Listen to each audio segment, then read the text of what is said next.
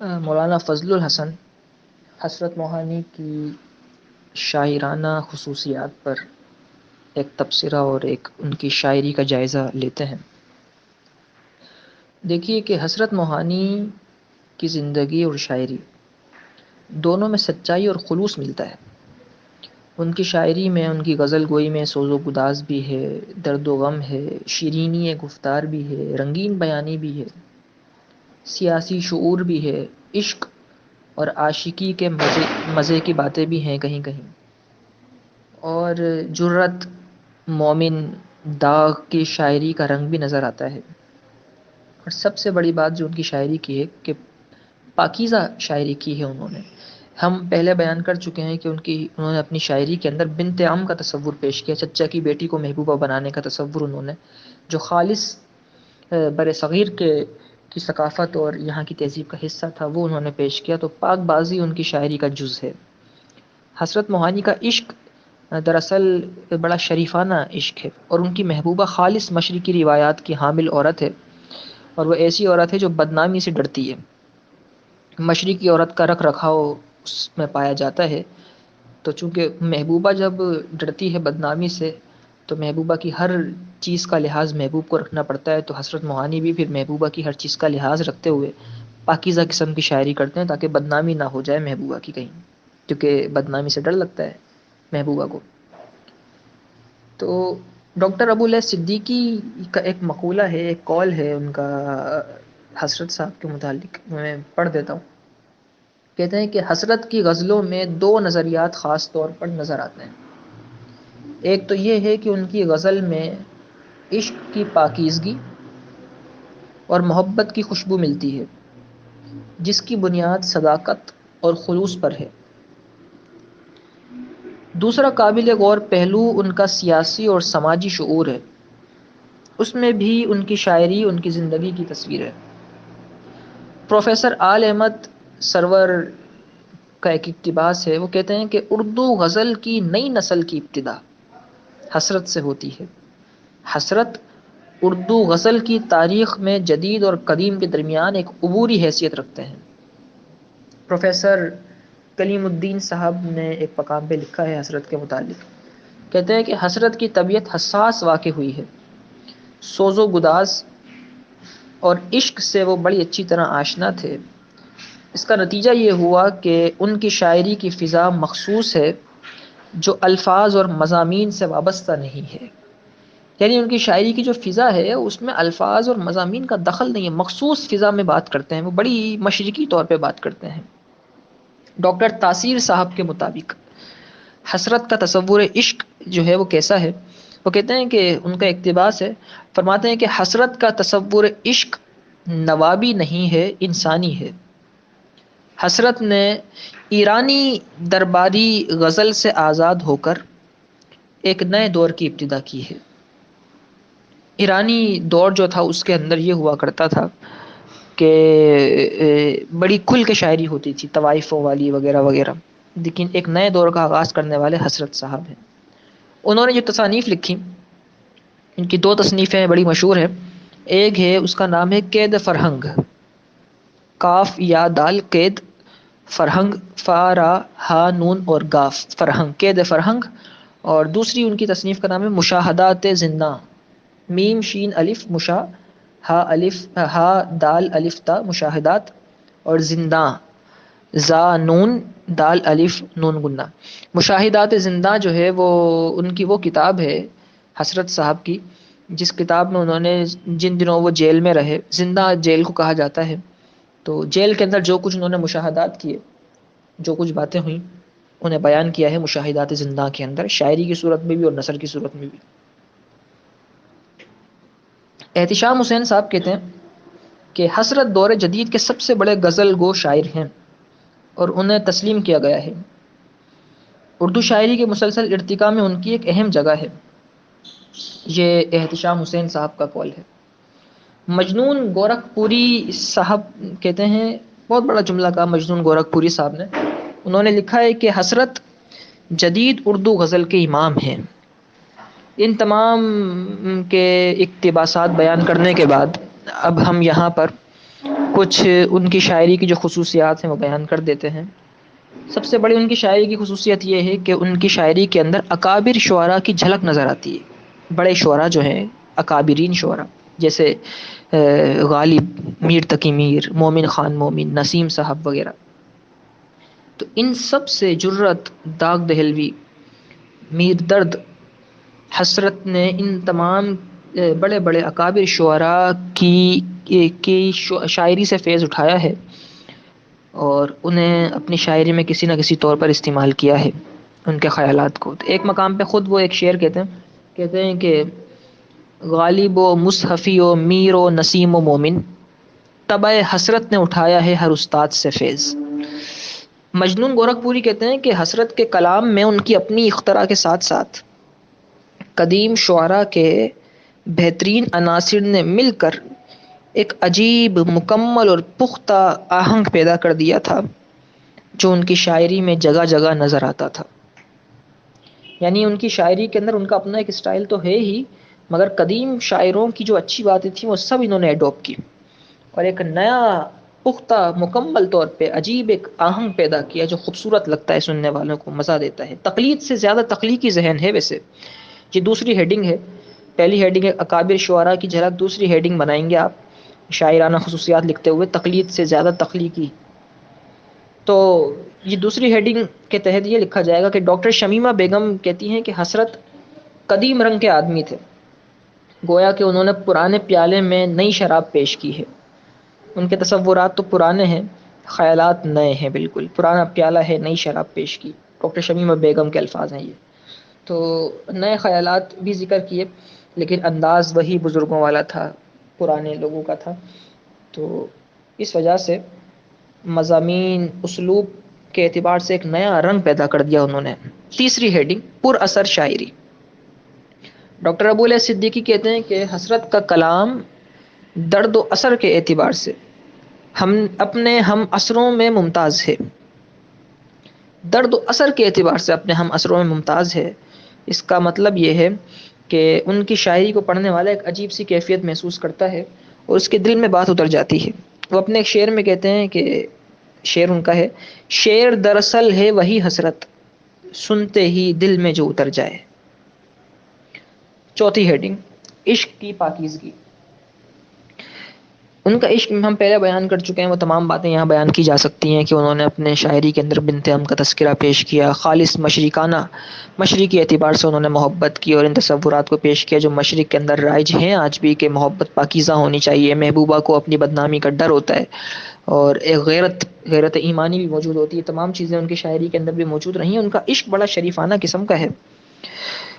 اس چیز کا ذکر انہوں نے ایک مقام پہ کیا ہے، میں شعر پڑھ دیتا ہوں۔ کہتے ہیں کہ کٹ گئی احتیاط عشق میں عمر، کٹ گئی احتیاط عشق میں عمر، ہم سے اظہار مدعا نہ ہوا، ہم سے اظہار مدعا نہ ہوا۔ یعنی کہتے ہیں کہ ہم عاشق ہیں کسی کے، یہ ہم بیان ہی نہیں کر سکے، پوری زندگی چھپن چھپائی میں ہی نکل گئی ہماری، چھپتے چھپاتے نکل گئی اور اوٹ میں دیکھتے ہوئے نکل گئی۔ سیاسی رنگ بھی بڑا ہے اور سیاسی لب و لہجہ اختیار کرتے ہیں وہ۔ انہوں نے آزادی کی تحریک میں بھرپور حصہ لیا تھا، مسلمانوں میں سیاسی شعور پیدا کیا تھا اور انگریزوں سے بڑی تکالیف انہوں نے اٹھائی تھیں، جھکے نہیں تھے وہ، اپنے مقاصد کے لیے ڈٹے رہے تھے۔ تو یہ تمام کی تمام چیزیں چونکہ ان کی شاعری کے اندر حصہ ہیں، قید و بند کی صحبتیں انہوں نے برداشت کی ہیں۔ تو احتشام حسین صاحب کہتے ہیں کہ حسرت قومی اور بین الاقوامی تغیرات کے محض تماشائی نہیں تھے، بلکہ ان تغیرات کی روح کو تیز کرنے کی مہم میں عملاً شریک تھے۔ یعنی انہوں نے یہ تمام کی تمام پاکستان بنتے ہوئے تحریک جو دیکھی ہے، ایسا نہیں کہ صرف دیکھتے ہی رہ گئے، بلکہ انہوں نے اس تحریک میں حصہ عملاً شریک تھے اس مہم کے اندر۔ ایک مقام پہ لکھتے ہیں، کہتے ہیں کٹ گیا قید میں ماہ رمضان بھی حسرت، انہیں رمضان کے مہینے میں جیل میں بھیج دیا تھا۔ تو کہتے ہیں کہ کٹ گیا قید میں ماہ رمضان بھی حسرت، گرچہ سامان سحر کا تھا نہ افطاری کا۔ پھر پڑھ دوں شعر، کٹ گیا قید میں ماہ رمضان بھی حسرت، گرچہ سامان سحر کا تھا نہ افطاری کا۔ بے باکی بڑی ملتی ہے ان کی شاعری کے اندر، اور بے باک انداز سے وہ بات کرتے ہیں، جرت کا عنصر بڑا ہے، مخالف قوتوں کی پرواہ نہیں کرتے اپنے مقصد کے حصول کی خاطر وہ، اور جمے رہتے ہیں اپنے قول پر. کہتے ہیں کہ ہم قول کے صادق ہیں اگر جان بھی جاتی واللہ کبھی خدمت انگریز نہ کرتے. ہم قول کے صادق ہیں اگر جان بھی جاتی واللہ کبھی خدمت انگریز نہ کرتے. تو یہ تمام کی تمام خصوصیات ہیں. تقریباً میں یہ ہیڈنگ سے ایک بار پڑھ دوں جو بیان کر چکا ہوں. اکابر شعراء کی جھلک پہلی ہیڈنگ، دوسری تقلید سے زیادہ تخلیقی ذہن، تیسری ہیڈنگ پر اثر شاعری، چوتھی ہیڈنگ عشق کی پاکیزگی، پانچویں سیاسی رنگ، چھٹی بے باکی. دبستان لکھنؤ اور دبستان دہلی کا امتزاج، یہ نوی ہیڈنگ بنائی جا سکتی ہے. دبستان دہلی کیا ہے، دبستان لکھنؤ کیا ہے، اسے ہم تفصیل سے کسی لیکچر میں بیان کریں گے، ڈسکس کریں گے. لیکن ان کی شاعری کے اندر ان دونوں دبستانوں کا رنگ معلوم ہوتا ہے، اور بڑا خوبصورت امتزاج کہتے ہیں دونوں کے مجموعے کو. ان کی شاعری میں دونوں کا امتزاج ہے اور بڑا پیارا امتزاج ہے. وہ کہتے ہیں کہ ہے زبان لکھنوی لکھنؤ میں رنگ دہلی کی نمود، ہے زبان لکھنؤ میں رنگ دہلی کی نمود، تجھ سے حسرت نام روشن شاعری کا ہو گیا. بڑا پیارا شعر ہے. کہتے ہیں کہ لکھنؤ کا بھی رنگ ہے، دہلی کی بھی نمود و نمائش ہے، اور تم نے دونوں چیزیں ملا کے شاعری کا نام اونچا کر دیا. بڑی دلکش تراکیب کا استعمال کرتے ہیں. ترکیب کیا ہوتی ہے؟ ترکیب یہ ہوتی ہے کہ دو الفاظ کو ملا کے ایک لفظ بنا دیا جائے. جیسے کار فارسی میں کہتے ہیں کام کو، اور خیر بولتے ہیں اچھے کو. کار خیر، اچھا کام. برداشتہ کا مطلب ہوتا ہے کہ ٹوٹ جانا کسی چیز کا، غم زدہ ہو جانا. اور دل ہوتا ہے دل برداشتہ، دل کا ٹوٹ جانا، دل کا غمگین ہو جانا. تو یہ تراکیب ہوتی ہیں. حسرت نے بڑی دلکش تراکیب استعمال کی ہیں اپنے اس میں شاعری کے اندر. میں چند تراکیب ذکر کر دوں تاکہ مثال کے طور پر یہ آ جائیں. 10ویں ہیڈنگ بن جائے گی دلکش ترکیبوں کا استعمال. کہتے ہیں کہ تراکیب ان کی یہ ہیں کہ آبشار آرزو، آرزو کی آبشار، آبشار آرزو، یہ بڑی پیاری ترکیب بنائی ہے. دوسری ترکیب ہے زندان تمنا، تمنا کی قید، تمنا کا قید خانہ، تمنا کی جیل، زندان تمنا. کشتہ خیال، کشتہ کہتے ہیں کسی چیز کی خالص، مطلب دودھ کے اوپر جو ملائی نکل کر آئی وہ کشتہ ہے اس دودھ کا. اس طریقے سے مکھن، مطلب دودھ سے آپ نے مکھن بنایا تو مکھن کم بنتا ہے دودھ کے مقابلے میں. دودھ اگر 1 کلو ہے تو مکھن 250 گرام بنے گا. تو مکھن اس کا کشتہ نکل کر آ گیا. اس مکھن کو آپ نے اور ڈیولپ کیا، اس کے اندر اور چینجنگ کی تو وہ گھی بن گیا، اصلی گھی بن گیا. تو 1 کلو میں سے مثال کے طور پر 100 گرام اصلی گھی نکل کر آئے تو وہ اصلی گھی اصل کشتہ ہے اس دودھ کا. پھر اس گھی کو آپ نے اور ڈیولپ کیا تو وہ کچھ اور ہی بن گیا اگر مثال کے طور پہ. تو کشتہ کہتے ہیں خالص ترین کشتہ خیال. بڑی پیاری ترکیب پیش کی. اس طرح کے انہوں نے جو ہے وہ نئی نئی تراکیب ذکر کی ہیں. جمالیاتی ذوق بھی بہت پیارا ہے. جمال کو ذکر کرتے ہیں، وہ قدرت کے نظاروں کو ذکر کرتے ہیں، جذبات نگاری کرتے ہیں. کافی بلند ہے ان کا جمالیاتی ذوق. حسن و عشق کی گرم جوشی بھی بڑی پیارے انداز میں پیش کرتے ہیں. ڈاکٹر ابواللہ صدیقی نے ایک مقام پہ لکھا ہے، اقتباس میں پڑھ دوں ایک لائن کا. کہتے ہیں حسرت کی غزلوں میں سیاسی شعور تو ہے ہی، لیکن عشق و عاشقی کے مزے بھی بہت ہیں. کہتے ہیں ایک جگہ پر کہ مجھے گرم نظارہ دیکھا تو ہنس کر، تو بولے کہ اس کی اجازت نہیں ہے. مجھے گرم نظارہ دیکھا تو ہنس کر، وہ بولے کہ اس کی اجازت نہیں ہے. اب اس کا کیا مطلب ہے یہ وہ خود ہی جانتے ہیں کیا کہنا چاہتے تھے. بہرحال مذہبی رنگ بھی ان کی شاعری کے اندر بہت ملتا ہے. مذہبی رنگ بھی ہے. کہتے ہیں ایک مقام پر کہ کیونکہ خود مولوی تھے، علامہ تھے، علم پڑھا تھا، دین سیکھا تھا، تو مذہبی رنگ ہے. کہتے ہیں خرد کا نام جنوں پڑ گیا اور جنوں کا نام خرد. خرد کہتے ہیں عقل مندی کو، دانش مندی کو، اور جنون کہتے ہیں مجنون پنے کو. کہتے ہیں خرد کا نام جنوں پڑ گیا اور جنوں کا نام خرد، جو چاہے آپ کا حسن کرشمہ ساز کرے. قنوتیت بھی بہت ہے، قنوتیت کا احساس بھی کبھی کبھی ہوتا ہے، یعنی کہ نا امیدی بھی ان کی شاعری میں کبھی کبھی آ جاتی ہے. لیکن غالب کی طرح بہت زیادہ نہیں ہے، سسکتے نہیں رہتے، وہ بلکتے نہیں رہتے، مرثیہ خوانی نہیں کرتے رہتے.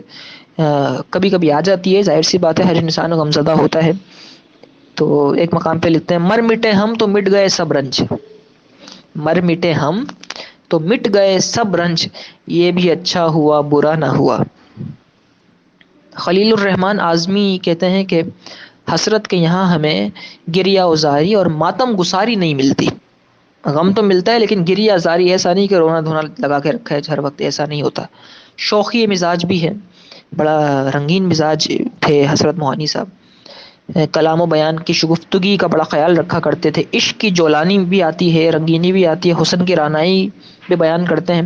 کہتے ہیں ایک مقام پہ آئینے میں وہ دیکھ رہے تھے بہار حسن، آیا میرا خیال تو شرما کے رہ گئے۔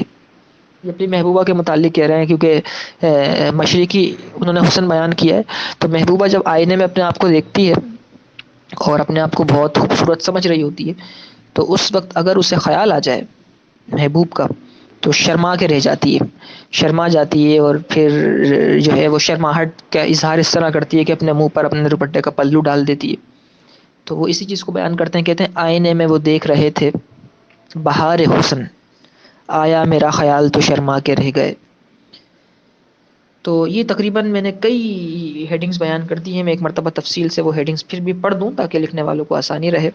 اکابر شعراء کی جھلک، نمبر 1۔ نمبر 2، تقلید سے زیادہ تخلیقی ذہن، نمبر 3، پراثر شاعری، نمبر 4، عشق کی پاکیزگی، نمبر 5، سیاسی رنگ، نمبر 6، بے باکی، نمبر 7، دبستان لکھنؤ اور دبستان دہلی کا امتزاج، نمبر 8، دلکش ترکیبوں کا استعمال، نمبر 9، جمالیاتی ذوق، نمبر 10، مذہبی رنگ، نمبر 11، کروتیت، اور نمبر 12، شوخی۔